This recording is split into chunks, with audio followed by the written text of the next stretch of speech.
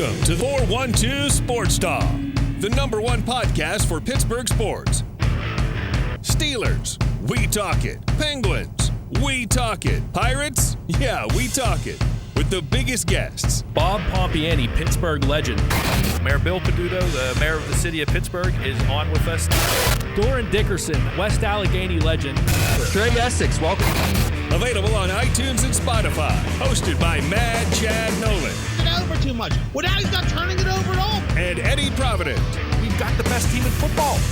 And now, 412 Sports Talk. All right, all listeners, welcome to a new episode dropping early this week of the 412 Sports Talk podcast. I am your host, Eddie Provident. With me, as always, is my man, Mad Chad Nolan. Mad Chad has got to be reveling this week. And before we get into why, I want to shout out for MCM Studios, 412mcmstudios.com, at 412mcm studios, at Mike Hit with two T's. Mike Hitman. Just want to shout out our sponsors as always. Want to thank them for supporting the show. Go check them out online. If you are anybody that would be in need of any kind of audio recording, any kind of studio time, you can book time on their website. Again, that's 412mcmstudios.com. Mention me, mention Chad, mention the podcast. Get 15% off your first hour of recording with them. Again, shout out to Mike Hit and 412mcmstudios.com. So Chad, you're like, before we get into anything hockey related, we've got Jay Fresh Hockey on the show today, which is going to be a great interview. I'm so excited to have him on the show. But before we get into any of that, your arch nemesis took an L today, and took an L hard, from friend of the show, DK, Dejan Kovakovic's arch nemesis. So there's this three-way thing going on in Pittsburgh sports media. And one Todd Frazier levied a big blow to Mark Madden today. And I'll let you take it from there, and then I'll give my 2 cents on it. I mean, I see both sides of this, but here's the thing. So a lot of people are going to right away, and you might fall into this category, say, well, Todd Frazier should be the professional. He's the professional athlete. Dejan and Mark Madden get paid for their opinions, and they do. But, there's only so much a person can take. In all due respect to Dejan, he knows I respect Dejan, and we talk, and I consider him not a friend, but a good acquaintance. And, I DM him about stuff, and he comes on the show, and he helps promote our show. If you're trying to make your way into Pittsburgh sports media, he's one of the guys you look up to, or at least one of the guys you aspire to be like. But dude has, let's be honest, he's trolled Todd Frazier this whole time. I can argue that that's been unprofessional. I can absolutely argue that that's been unprofessional. Then you got Mark Madden. Now, Mark Madden said something about Todd Frazier before Todd Frazier said something about Mark Madden. Then Todd Frazier, he's not an employee of the Pirates anymore, so he probably feels like I can say whatever the hell I want now, because he got DFA'd, and he came at Mark Madden hard, calling him a slob, and put a picture of Mark. I mean, Mark Madden is a slob.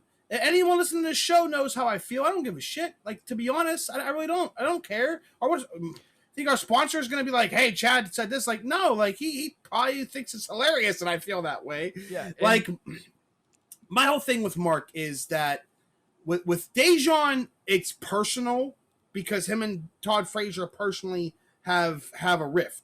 With Mark Madden, he's just trying to use Todd Frazier as content. Mm-hmm. That's it.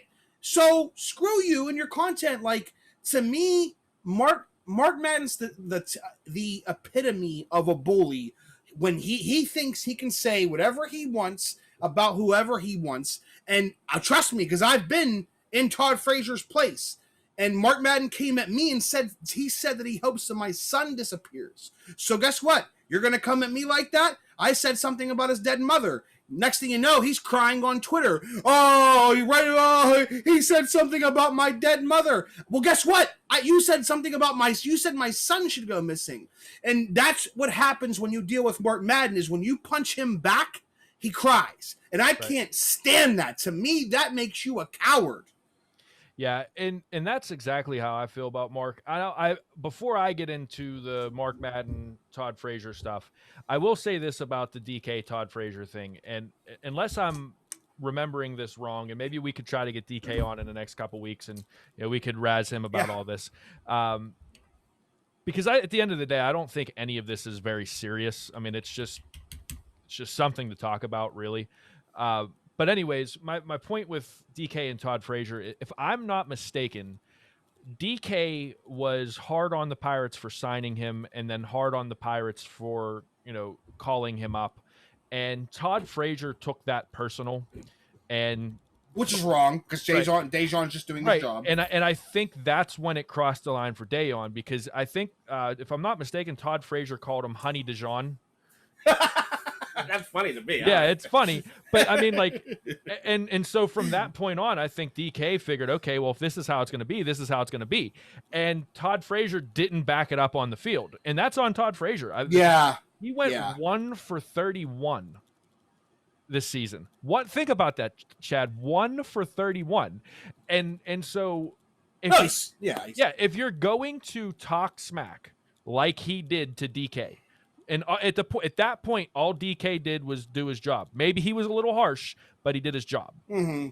Okay, so that's where I stand on that. Now, again, if you're gonna be harsh in the sports media in this day and age, when players have the ability to fire back on Twitter, you need to be ready for that as a writer as well. And I think DK was, and I don't think that, like I said, I don't think anything between DK and Todd Frazier was like over the top terrible or over the top bad or like eye popping, I replied to DK the other day and was like, hey, could they just start using the DH for Todd Frazier? And then but then today happens with Mark Madden. And look, I'm not Todd Frazier's biggest fan because I think he took things too personal, and that's fine. That's whatever. When you go 1 for 31, I mean... Yeah, and here's the thing. I don't dislike Todd Frazier. I thought it was a good signing. I thought he'd be entertaining. He had that video in spring training where he hit the double while he was mic'd up, and I thought it was a lot of fun. Like, I don't have anything personally against the guy. I think he's fine. I think he's an older baseball player. That's what it comes down to. I thought what was great was Mark Madden, as you said, tried to use him for content and got absolutely ripped a new one. I think my quote tweet on that today was, he has 1 home run all season, and this is the home run, was what he said about Mark Madden. It is what it is. Like, Mark Madden had, to me, and I don't even want to spend a lot of time talking about the guy, but he has lost all, like, benefit of a doubt or any kind of goodwill that I would give somebody or any kind of, look, everyone knows I don't need to keep repeating this on the show. I'm a pastor. I'm a man of God. I'm a Christian. I try to be like Jesus in my day-to-day life. I'm very slow to judge people, or at least I hope I am. And I really try to give people second and third chances and like really try to be that way. But Mark Madden, time and time again, has just been nasty, and he's gotten worse too. Terrible human. Because he's bored. And because he knows that his time's at an end. I mean, I'm trying to find it, and I can't find it right now, and I'm not going to keep scrolling much longer. But I think it was last week, one of our good friends on Twitter, Zach Smith from Around the 412. Mm-hmm. Smitty had a back and forth with him, and he was calling Smitty names, and he was right away. Right, and Smitty was like, "See, this is exactly it. You actually are good at what you do." But rather than using that to cultivate young people and mentor them and bring new people into the fold and into Pittsburgh sports media, you use it to be, a jerk, and you use it to be a jagoff, and you use it to be little people, and you're just nasty, and you're just not a good person. I'll take it a step further. I don't actually think he is good at his job anymore. When Mark Madden at one point was a talented radio host, I'm talking about like back in the early 2000s when he was on ESPN radio and he had like segments. What he did was he bit off Howard Stern a lot, but it doesn't matter. It was still an entertaining show. When I try to listen to his show now, unless he has a really good guest on, he just comes off as bored and spiteful. He's spiteful towards anyone that thinks that they can make a living doing this, which is hilarious because you and I have made some money and gotten some merchandise and stuff, and we do this as a hobby. So to us, it's even more hilarious when he's like threatened by people like us when we're like, hey, we're just doing this as a hobby, and if we make money, we make money. Dude, I got a full-time job, man. Then there's a full-time job. There's people on the other spectrum who do make a living doing this, but they might not be where he's at. But bro, you've been doing it for 35 years, and he also did it at a time where, like, nowadays, just because you can buy a camera and a microphone and broadcast to YouTube, that it's great that we have that ability. But what happens is so many people do it. Good luck trying to stand out. And right. I don't think he would. And I'm over. Listen, I'm in my 30s now. I'm over the shock jock stuff. I'm over the Skip Baylesses. I'm over the Mark Maddens, the Colin Dunlaps of the world, who their whole thing is trying to be edgy. And when you try to be edgy, there's some people out there, there's some comedians and actors and stuff that they are edgy, and that's just how they. And Dave it works Chappelle, because that's Dave Chappelle always is a been perfect their thing. example. Yeah. Dave Chappelle is a perfect example. He's edgy without trying to be edgy. He just is. But like when you're like in this tough guy persona, I mean, I'm not falling for it anymore. I've seen a guy in public. Like, no, bro, he ain't beating up anybody. He's going to call the cops if you try to fight him. And I'm just over that. To me, and I hear people all the time praising him. Oh, he's so good at his hockey analysis.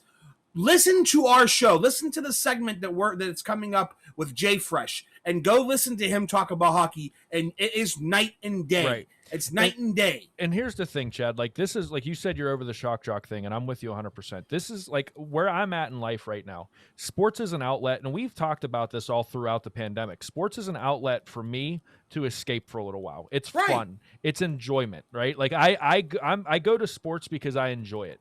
And I'll give you a couple of names of people. Like, if you're somebody who listens to Mark Madden because, like, and this, my dad fell into this, into this category. He didn't particularly like Mark Madden because Mark Madden was just like a nasty person, and he's always miserable. But he enjoyed the fact that he spotlighted hockey. Right. That was what my dad enjoyed. That on the way home, he could at least listen to some kind of hockey talk. And to be honest, there is nobody else in the local market that covers hockey that way. I respect. Also, here's my point with this before and I'll let you go. If that's the only reason why you're listening to Mark Madden, okay? The first name locally that comes to mind that has a show and is talking exclusively Penguins hockey is Hunter Hodes, Locked On Penguins podcast. Check him out. Check out Danny Shirey Irving. We've had him on before. You had Hunter on before. We've had Hunter on before. Check out Danny and his YouTube channel and his breakdowns. Check out what he's doing. Check out Jay Fresh and go on his Patreon. We're going to talk to him later on in the show.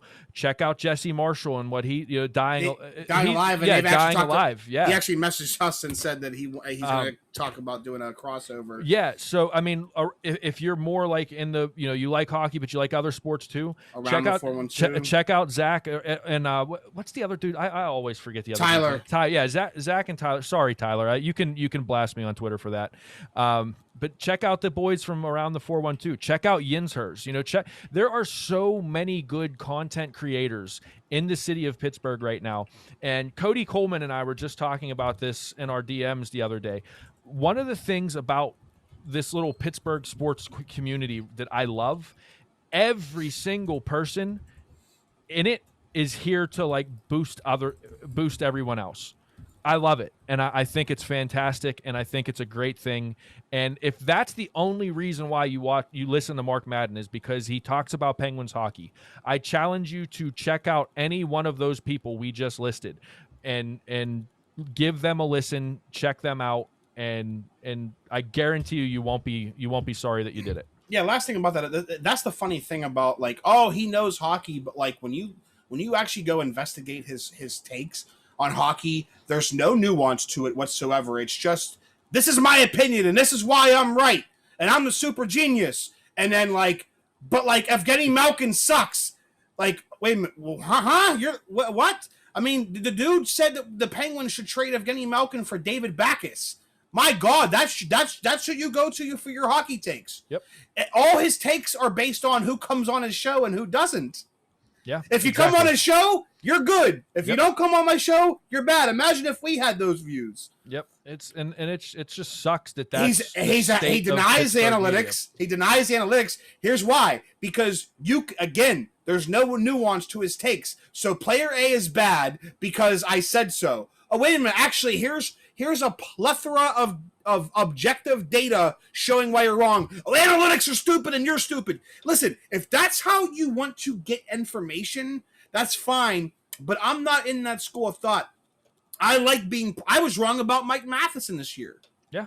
And I have no problem saying that because I don't go on freaking social media and declare myself a goddamn genius. I know hockey, and I think a lot of people come to me for my hockey takes. But guess what? I reach out to Jay Fresh and Jesse Marshall and Sean Tierney and a bunch of other guys, and I look and I read information, and then I go watch the sport, and I put two and two together. That is actually analyzing the game.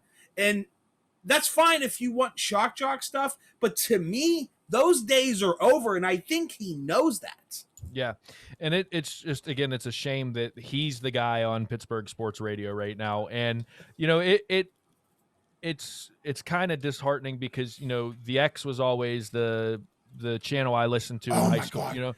Back when Howard Stern was on, they used to play Howard Stern, and I used to listen to Howard Stern in the morning. And it's a shame that the X will not cut ties with him. I don't know what it is. Maybe it is a rating. He has connections. And a lot of people are. By the way, a lot of people, especially a lot of people that work in that business, are afraid of him because they don't want to burn that bridge. Because let's be honest, if you're a reporter in Pittsburgh and you go on the Mark Madden show, you're going to get a bump probably in your followers and stuff like that. But when he's done, you're going to have some people come out and say some shit about him. I guarantee it. Yeah, and I mean, it is what it is. Like I said, we've talked about him long enough already. It's not that he's Voldemort or anything. It's just he's not worth to me. It's not worth the time and the energy, and I hate that we have to keep dealing with this. And it was just funny to see Todd Frazier. It was hilarious, and it was absolutely hysterical. So that's pretty much it for the first segment. There's not a lot going on in the football world right now. Tim Tebow got signed. I don't know that anyone cares. That's really about it. We're going to get into all the Penguins hockey talk. Penguins won the division. Caps fans are mad because of injuries, even though the Penguins had like twice the amount of man games lost in them. So who knows? It's a wild time to be alive in the NHL. I'm excited for it. We are going to take a quick break, and then we're going to have Jay Fresh Hockey to talk about analytics, talk about Jack Johnson, talk about the Penguins' playoff outlook, and everything in between. So hang out for a couple minutes, take a break, and we'll be right back with Jay Fresh. Hey, 412 Sports Talk family, what's going on? It's your guy, Eddie P. I'm sitting in MCM Studios right now with our sponsor, my man Mike Hitt. Mike, what's going on, brother? What's up, bro? 412 Sports Talk Podcast, Pittsburgh, PA. What is up? What we're doing is, we're a local podcast. We talk Pittsburgh sports. We're completely supported by people that are either from Pittsburgh or have ties to Pittsburgh. And even our sponsor, MCM Studios, is over in Allentown, in the heart of the city of Pittsburgh. But I wanted to bring you into the studio so you could see what Mike's got going on, and you can see a little bit of, what happens behind the scenes here at MCM Studios. So, Mike, what are you working on right now, man? I'm working with always a stable of talented artists. Whether they're from Pittsburgh, they come to Pittsburgh to come to MCM Studios, they move here from out of town, whatever the case may be, a young, old, guy, girl, pop, rock, reggae, R&B, trap music. I just work with a lot of guys that need the love and the attention and the direction in order to get their sound and their business together and their whole artistry, in a position that is the quality and the vision that they were looking for. I kind of just help them bring all that together. So they're like, oh, or I would have been lost for the next 3 years if you wouldn't have said, hey, go do this, or sing your song like this, or write a song like this, or this is a good look for you as an artist. That's really what MCM Studios does, and what I have going on is just continually helping artists. If they get famous, they get famous. If they don't, they don't. But just helping them along on this artistic journey so they can look back, and it felt like it was worth it. Yes. I know how much it means to be a musician and need that backup.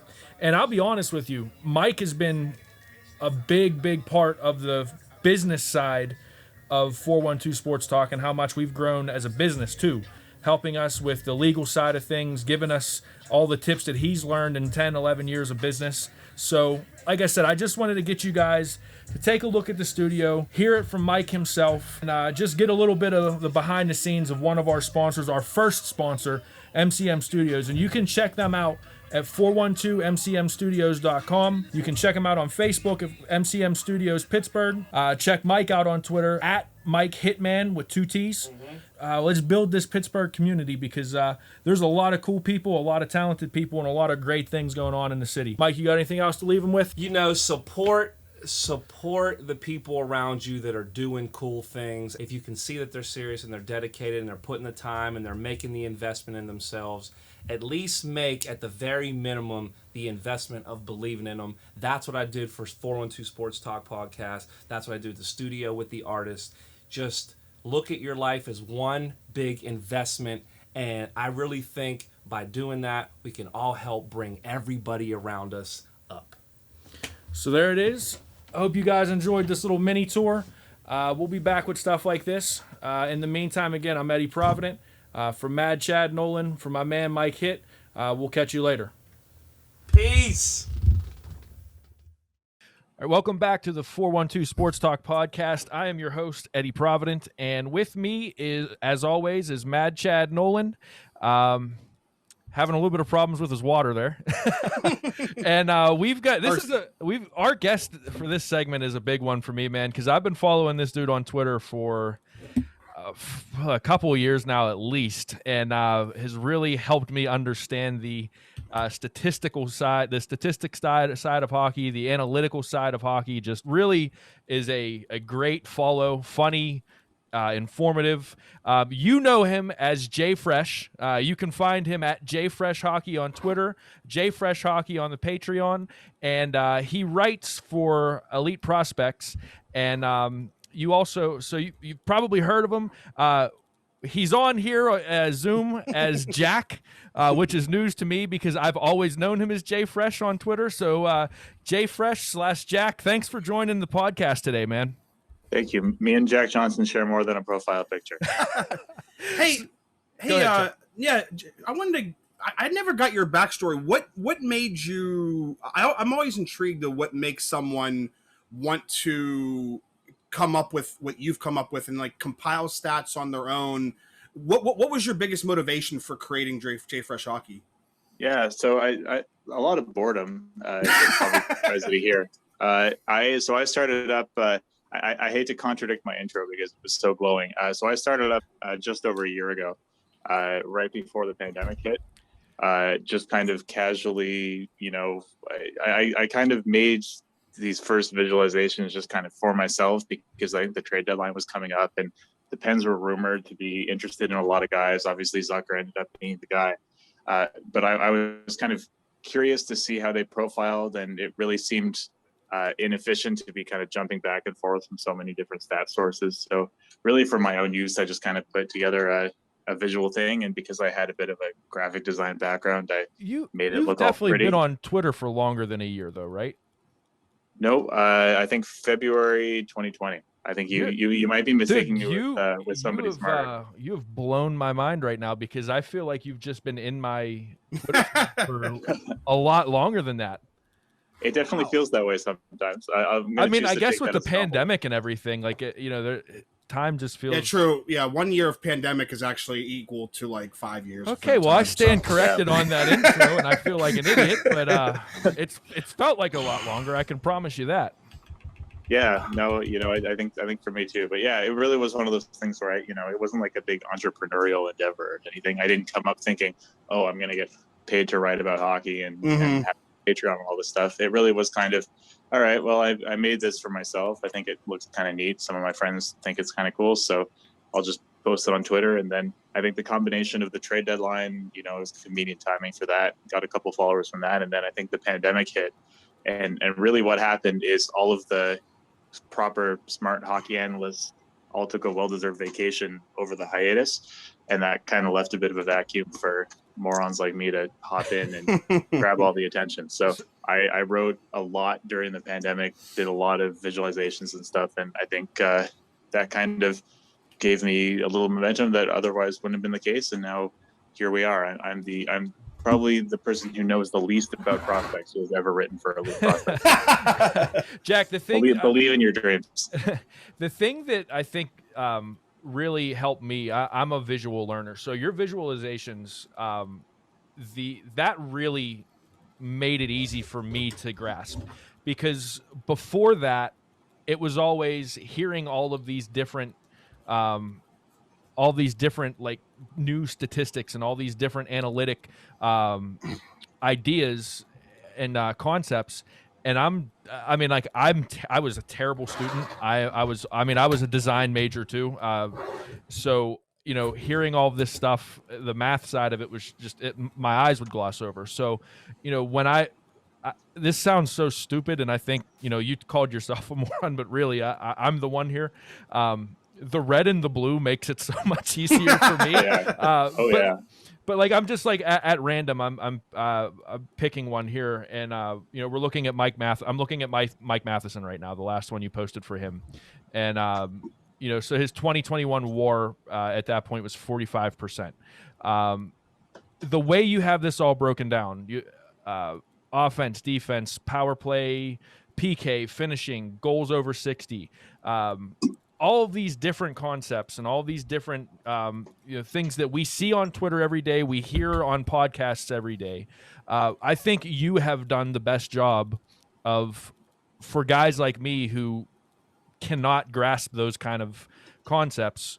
You have made it the easiest for guys like me to understand. And so that's where I appreciate you. And maybe that's why it feels like I've been following you so long, because if I hear something, like if Jesse Marshall writes about something in The Athletic, or we had Sean Tierney on, if Sean Tierney would talk about something, I would just go straight to your Twitter or your site to try to get a visualization, and then I'll be like, oh, okay, this is what they're saying, this is what this means.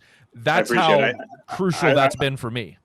I would say the reason for that is probably that I think that our high school report cards probably didn't look that different.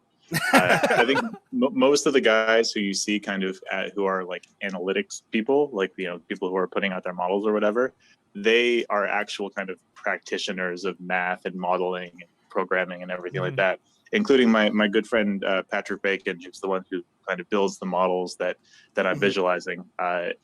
They're all a hell of a lot cleverer than me at those kinds of things. But, I think I'm the same way as you. Like, I'm a visually inclined person. I have a bit of a tough time with the raw numbers. I've gotten a lot better at math just in the process of kind of having to put this stuff together, which, I am the kind of person where, like, if I explained to my high school math teacher that I was, making decent money off of statistics, they would laugh in my face. So I don't think we're too far apart there, and maybe that's what contributes a little bit to us kind of finding common ground with these.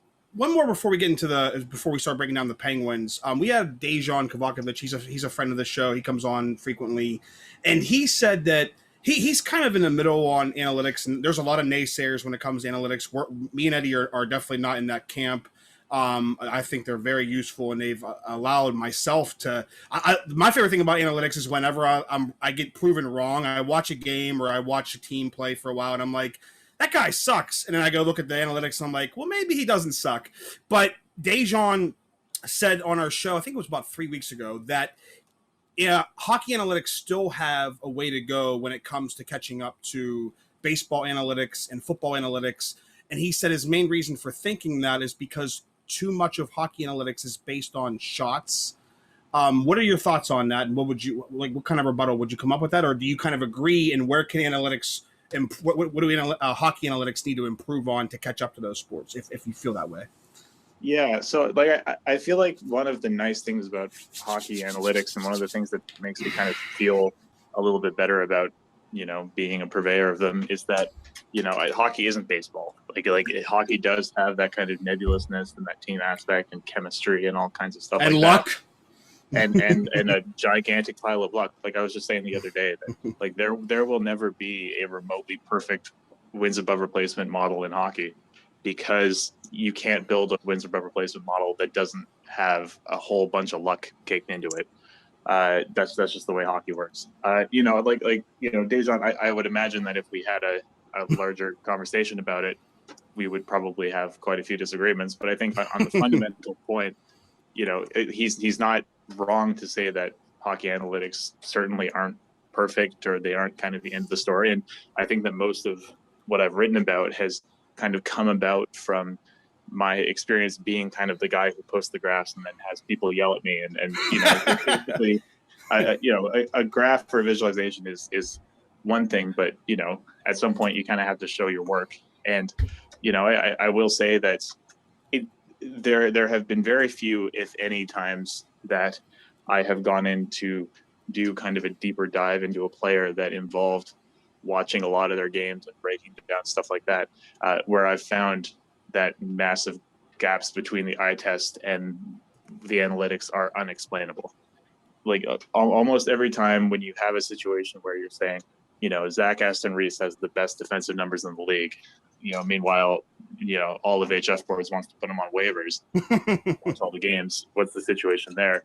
It's, if you watch the games, you can just kind of figure out, oh, okay, well, it's because he's forechecking, and that's how he's contributing defensively, and it's that kind of thing.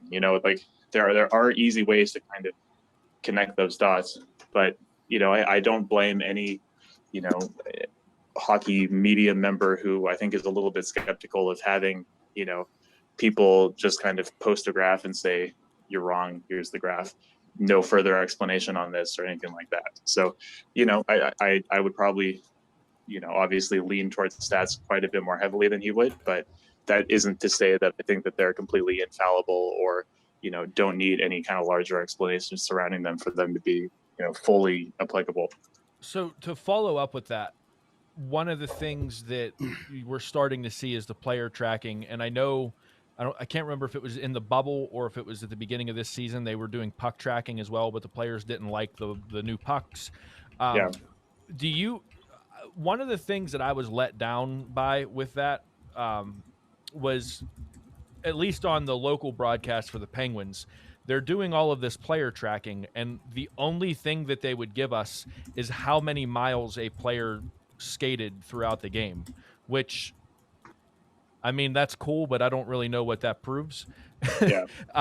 What do you see the future of the player tracking and the puck tracking as far as an analytical, or from the analytical standpoint? Do you see new ways that we're going to be able to look at the game and look at player performance based on that, or do you think that that's just kind of going to be a like a smoke and mirror, more of like a trick show kind of thing?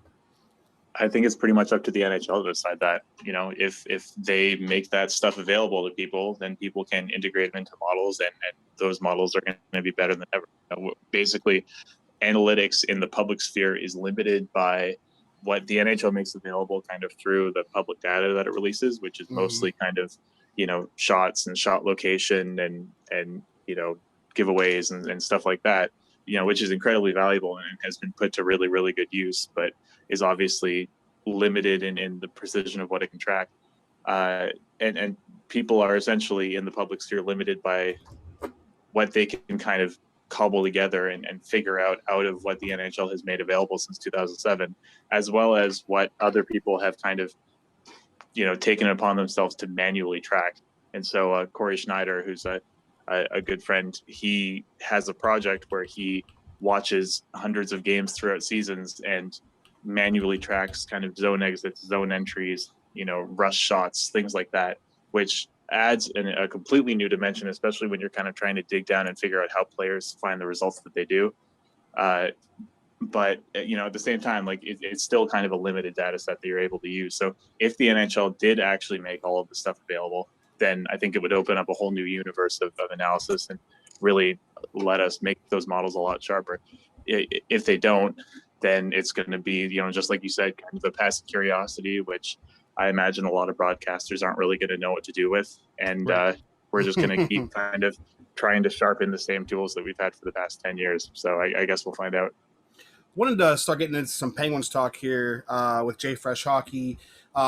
So looking at the defense, we talked to Jesse Marshall last week on the show, and two guys that he really was talking up are Marcus Pettersson and John Marino, and especially on their defensive efforts, which is kind of funny because I think both of those players had definitely had some ups and downs this year. Marino got off to a really rough start early on and then found his game.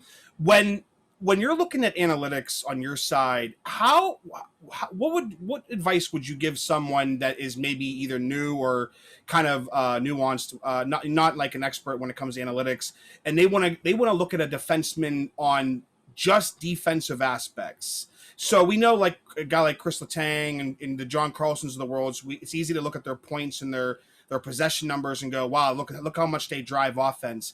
But I do find it hard sometimes, even for someone like myself, who's literally written about hockey and has used models and stuff like that, without using visualization as far as highlights goes, to say, look at these guys and how well they're doing in their own zone or preventing shots. So what are some things you would tell people to look at, and maybe to give your thoughts on how Marino and Pettersson had turned around their seasons?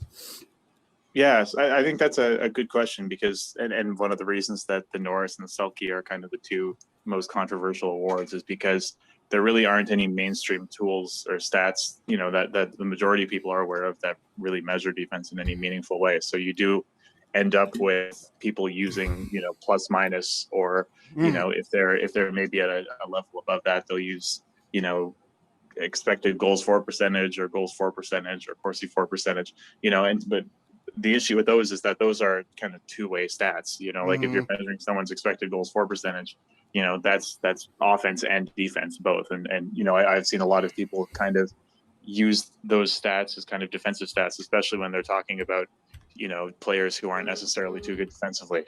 The ones that I tend to usually value for defense are kind of, you can use kind of, if you just split that expected goals percentage in half and you just look at the expected goals against, and you do it kind of on a per 60 basis, that gives you, I think, one bit of insight there where you can see, okay, like how many scoring chances is this guy on the ice for, at 5-on-5. And usually I think that gives you a good rough estimate, but it, still you kind of get into some issues with, save percentage, like the goalie and stuff like that as well, Well, yeah. So if you're using goals against, then you fall into that issue. If you're using expected goals against, then you can kind of get the goaltending and the percentage like aspect out of the equation.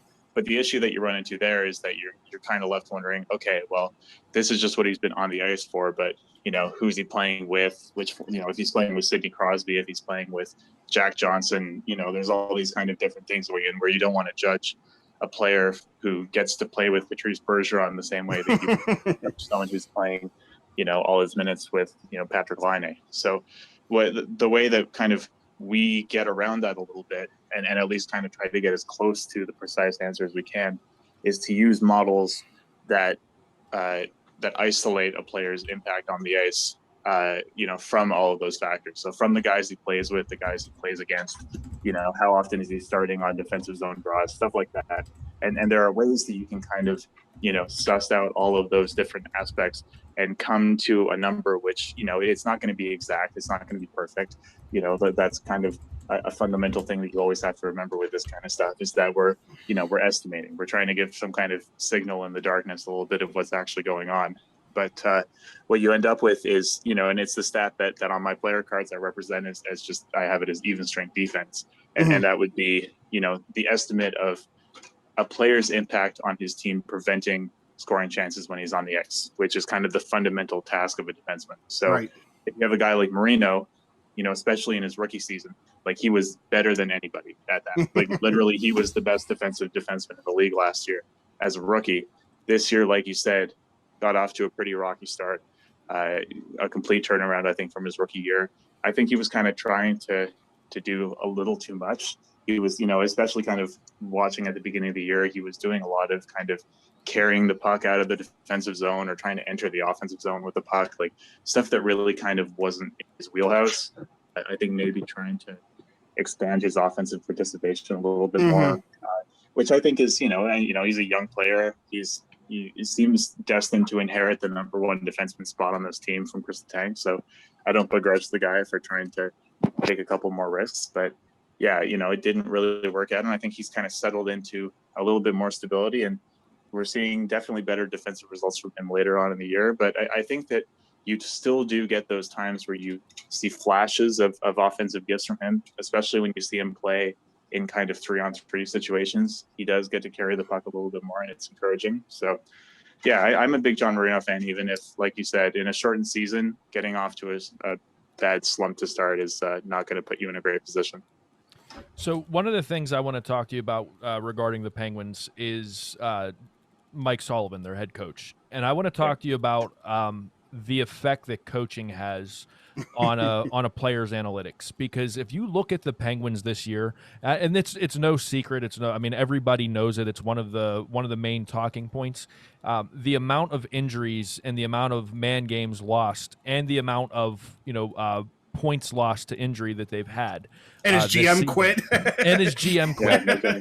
So what is it about, or from an analytic point of view, what is it about Mike Sullivan's coaching style that you see that this team is able to lose Evgeny Malkin, Jason Zucker, Jared McCann at times, Brandon Tanev at times, all of these different players, and then they just keep going and they keep winning and they keep plugging along and they keep playing an efficient style of hockey, and they're fast, and they just at times look like they're dominating play with 5-6 guys out of the lineup.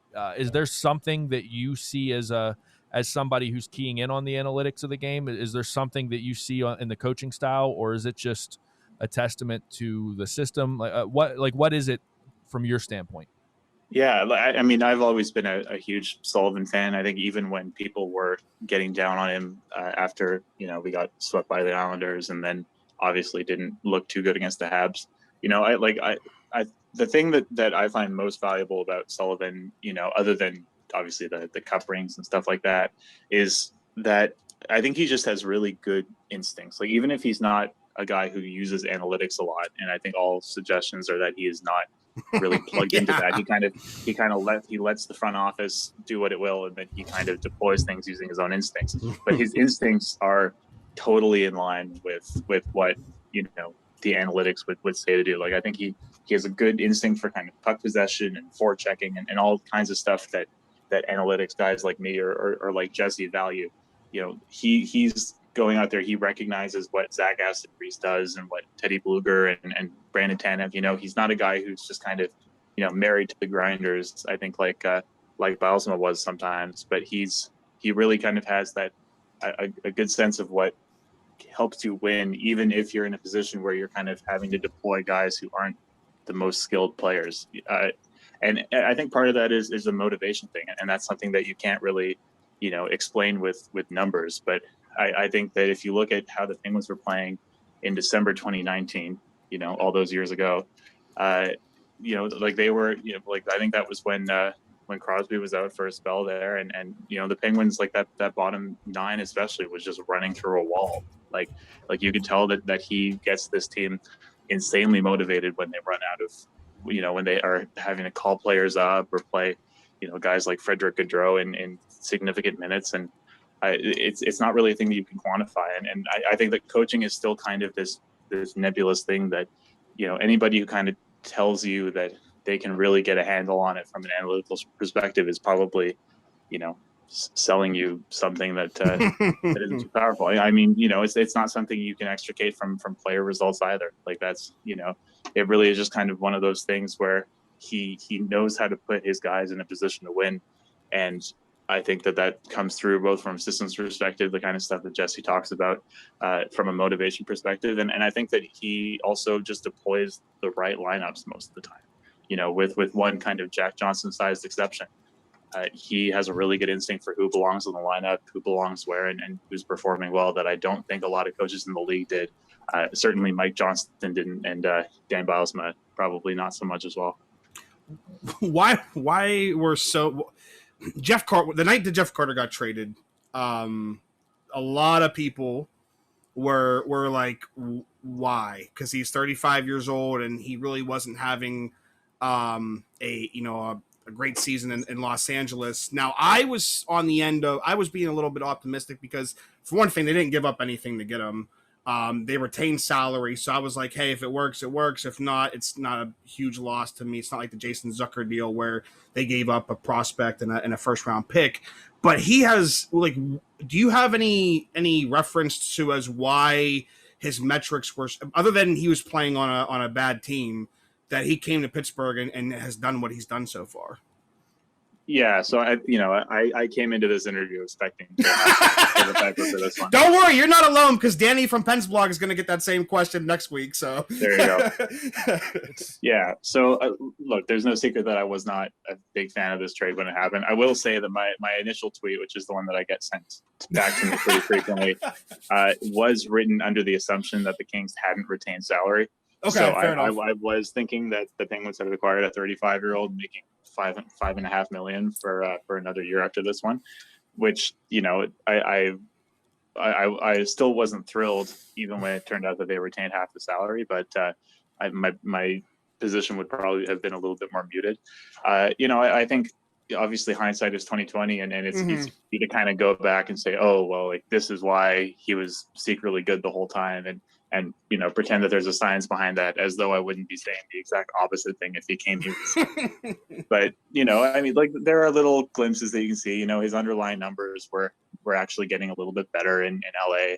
I think he was, the Kings play a very rush heavy style this year. I think they ranked last in the league in shots off the cycle and shots off the forecheck, which, that's kind of the two things that Jeff Carter really does a lot of. And so clearly maybe there was some bad systematic fit.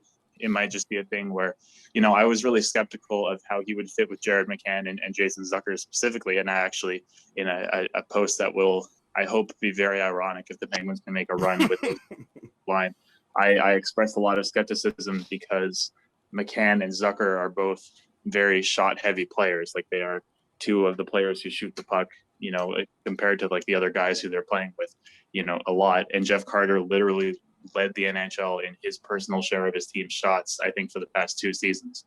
So I saw that and I thought, okay, so once again, the Penguins are not going to have a playmaker in the bottom 6. Like this is an issue that they've had since Matt Cullen left and Phil Kessel and Nick Bonino and them. All right, we're just going to do this again.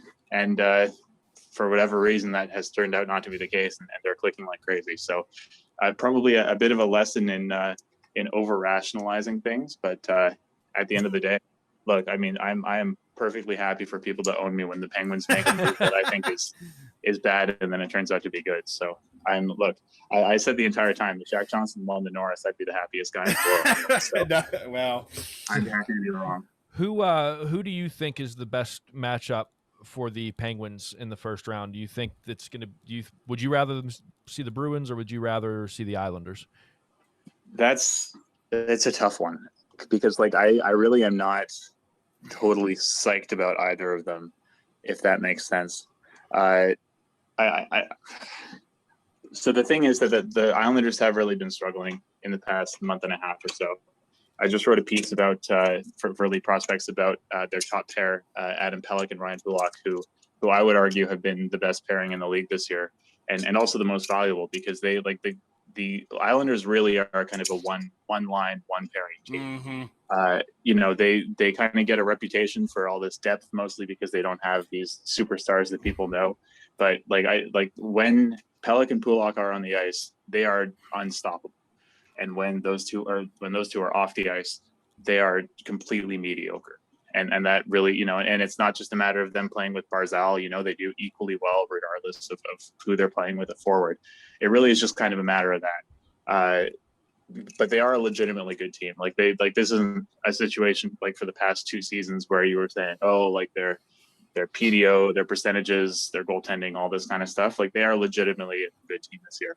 And if they weren't on the slump right now, they would be, contending for the division like they were, halfway through March. But the Bruins, on the other hand, are, I think, a pretty similarly strong team. They're also on the upswing. I think with them finally figuring out their depth scoring, like that was the problem for them, and they sorted it out. They got Taylor friggin' Hall at the trade deadline. Do you really want to be playing against a team that has that? So there are things that I'm concerned about with the Islanders as kind of a systemic matchup. Specifically, that the Islanders are the second best team in the league at defending against the rush. They do not allow anybody to just enter the zone and get quality chances off. And the Penguins have been very rush heavy so far this season, especially the Malkin and Kapanen. Kapanen, I think, arguably the most rush heavy player in the NHL this year. That's where almost all of his points are coming from, almost all his goals. And so I can foresee a situation where a Malkin Kapanen line gets completely shut down by the Islanders. And, depending on whether they're matching up Pelech and Pulak against that Crosby line, like that Carter, McCann, Zucker line might really be kind of the key to breaking the series open. So it'll be interesting to see. I'm wishing that we were playing a team like the Habs or the Jets, but look, the Penguins have proven everyone wrong this year. So I give them as good a chance as anybody. Talking to Jay Fresh Hockey here on 412 Sports Talk. We're gonna get you out of here soon, Jay Fresh. Just you brought up Jared McCann, who I've been a big champion of the Jared McCann fan club here. I saw a tweet the other day that you were kind of saying that, hey, we need to look in his irregularly high shooting percentage, which it is. It's literally close to double for his career, but isn't Jared McCann good enough, even when he's not scoring goals, to still have the hype that we have of him? I'm beating the drum that they should probably get ahead of his RFA situation and maybe just throw it, just like they did with John Marino, and throw a deal to lock him up for the next 4 to 5 years.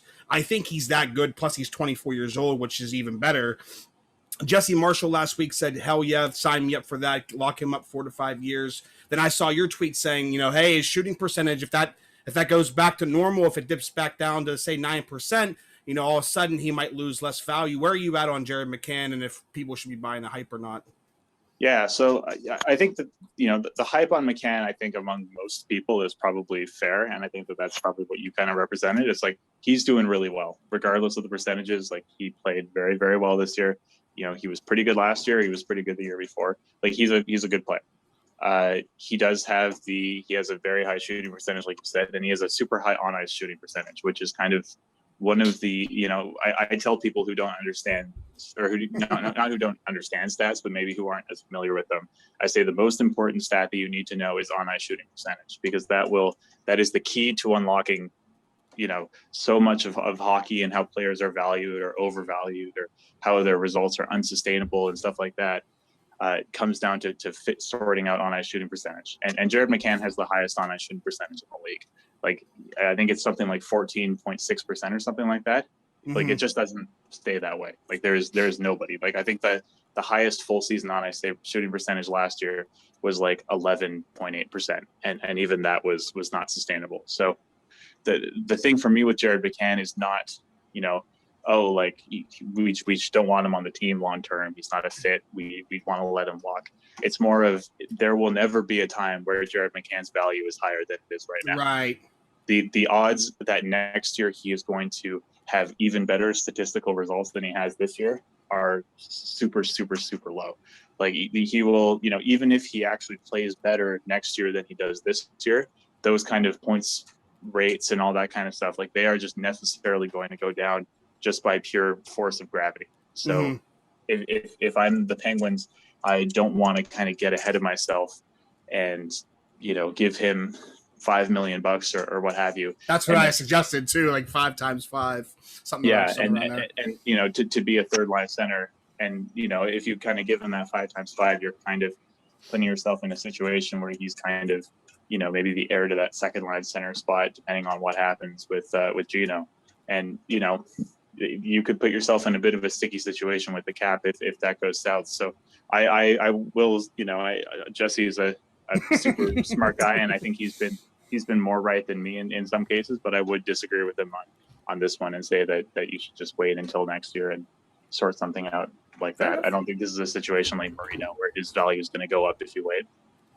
So my last question for you is we're going to backtrack. We're going to take a time machine to, what would it be, 3 or 4 off seasons ago now. And we all get the news that the Penguins are signing Jack Johnson to a... You didn't think you were escaping a Jack Johnson question, did you? Okay, apparently not. I threw a fit, and it caused a legitimate argument at the dinner table between my dad and I that pretty much like pissed off my entire family that night, to the point where my sister-in-law, the first Christmas present she bought me was a Jack Johnson jersey T-shirt. Right. Just to like endear herself to the family because they knew it would piss me off so bad. What can you give any good reason why they did it?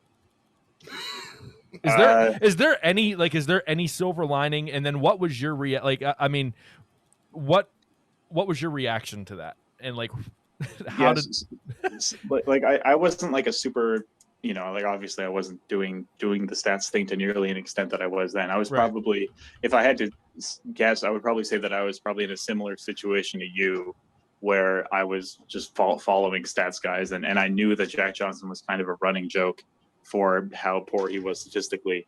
And I remember hearing the rumors that free agency day, or, I guess leading up to it, that like the Canadians were going to make a run at him and all this stuff, and thinking about how funny it would be.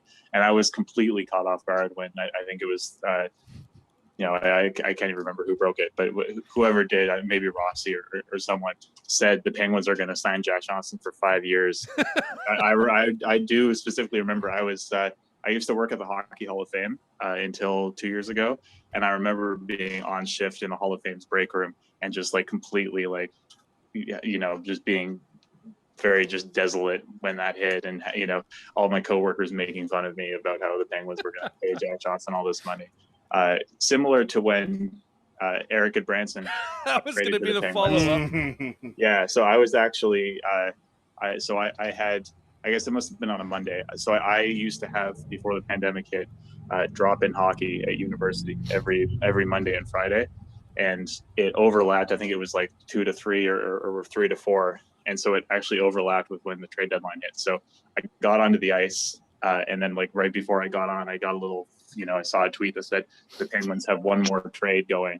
And I was, very excited that they were going to actually make a good acquisition. And then, so I kept my phone on the bench, and then I went over and saw that it was Tanner Pearson for 2 years of Eric Branson at $4 million.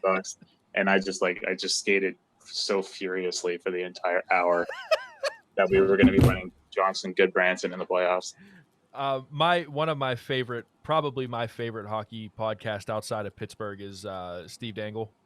And I remember when we officially had Jack Johnson and Eric Goodbranson on our roster, that very next podcast episode was really hard to listen to for me, because that was a solid 10 minutes of them just going in hard. My field actually is international politics. That's like the field where my day job is. So not too hockey related and not too stats related either. But there's kind of a rule of thumb that some people have in kind of international relations, where any academic or commentator or whoever that was 100% in favor of the Iraq War, you just don't take what they're saying seriously, because clearly they don't have a good handle on things. That's kind of how I feel. That's how I feel about any Pittsburgh reporter who is in favor of the Jack Johnson signing.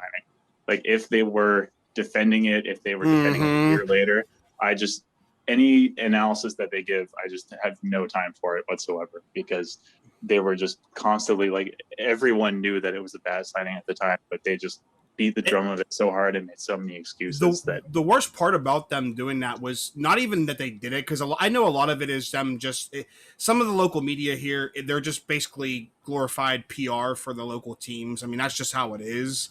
Yeah. But the snarkiness that they would have Yeah. Like the straw man arguments, like, oh, the Penguins lost tonight because Jack Johnson.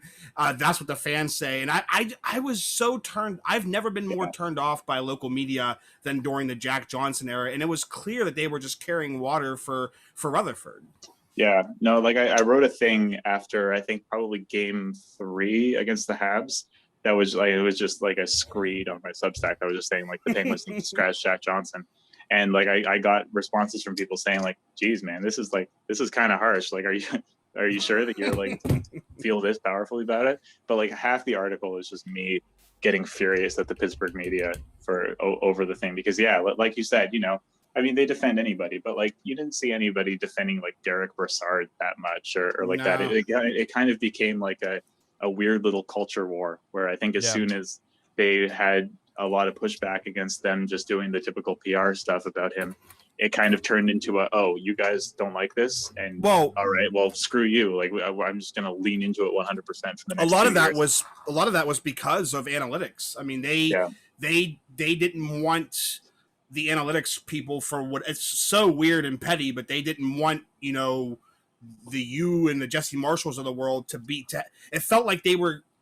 To me, they were worried that you guys were going to get too much credibility, and they still do fear that some ways, which is kind of weird because if anything, you're providing them tools to write better articles and write better analysis. So it's kind of weird that they feel that way, but that's kind of the way I see it looking on, from the outside. So yeah, well, I still have to go onto a burner account just to read Pittsburgh news and rumors. So yeah, it's safe to say that they didn't appreciate any of the feedback that I was giving, even last year, because it wasn't like, after 2 full years of Jack Johnson being Jack Johnson, you think that they would have figured it out, but there was always excuses. It was always, he's playing above his role and he's a good third pairing guy and they've just played him above his head and everything like that. And then of course, as soon as he gets bought out, the line is, that signing was a mistake, and they recognized it was a mistake, though they hadn't been defending it for 2 full years. It's just nice to see that he went on to succeed in New York. Hey, you know what? I'm glad that he got his bag. I hope that somebody. I was going to say I hope somebody signs him for 5 years, but that's kind of how I felt back in 2018. So maybe I shouldn't say that out loud. Right. Well, Jack, Jay Fresh, however, we really appreciate you coming on the show. Again, everybody, if you're not already following Jay Fresh Hockey on Twitter and his Patreon, Jay Fresh Hockey. Patreon, support it. He has so many cool things for articles, blogs. Absolutely. Yeah. If you're not already doing it, I don't know, and you're a hockey fan, I really don't know what to tell you, because like especially if you're like me and you're a visual learner, it is well worth every penny. It is well worth all of the, everything he does, for sure. Dude, we appreciate you coming on the show. It's been a blast, and it's always educating. It's an education process talking to you, man. We really appreciate you coming on. I appreciate it, fellas. Go Pens. All right, man. All right, man. Take care. Have a good one. Thanks for listening to 412 Sports Talk. Be sure to subscribe so you don't miss an episode. If you like the show, leave us a review, and be sure to tell a friend about your source for all things Pittsburgh sports. Find us on Twitter at MadChad412 and at Eddie_P_412.